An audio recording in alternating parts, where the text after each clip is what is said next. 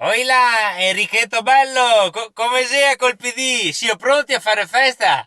Dai che vincete stavolta, è Selletta! Hai detto capire, è Selletta! Come il tuo cognome che vincete, è Selletta, hai detto capire?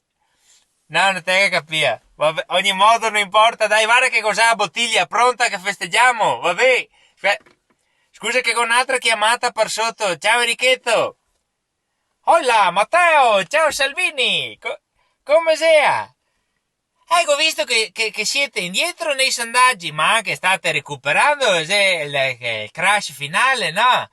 E magari fra 3 giorni si scopre che vincete voi, eh? E te dovevi scrivere sui manifesti, io credo risorgerò, te dovevi scrivere. Ogni modo, guarda che ho pronta la bottiglia che festeggiamo, sento. Ciao Matteo. Aspetta che ho una chiamata per sotto. Ciao Matteo. Oila Silvio! Presidente! Come sei Silvio? Siete pro... Dimmi, non ripeti, scusami Silvio, no... No, Silvio, scusa che adesso hai un disturbo sulla linea, prova a spostarti perché si sente come se te avessi tutta la bocca impastata, non capisci? Vabbè Silvio, bisogna che ti aiuti a ogni modo, guarda che cos'è la bottiglia, pronta che facciamo festa. Vabbè. Scusami che ho una chiamata per sotto. Oila, di Picciconte! Come andiamo? Te ragione. Chi è che si aspettava una crisi di governo? Chi è che si aspettava andare a votare?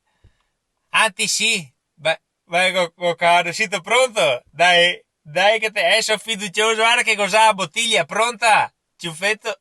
Scu- Scusami che ho un'altra chiamata per sotto, ciao Ciuffetto! Oi Giorgina! Giorgina bella! Ti posso chiamare premiera? I Ghostbuster dicono tutti che vinci. Bookmaker. Ah, te farei ricredere tutti quei che dici che a settembre non c'è tempo dei meoni.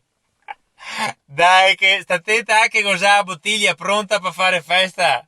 Vabbè, ciao Giorgina bella. Che saluto. Ma quante cazzo di bottiglie che vuoi comprare? Non so. Guarda, in ogni caso, indipendentemente da chi che vince, è meglio che da l'uni si imbriaghemo.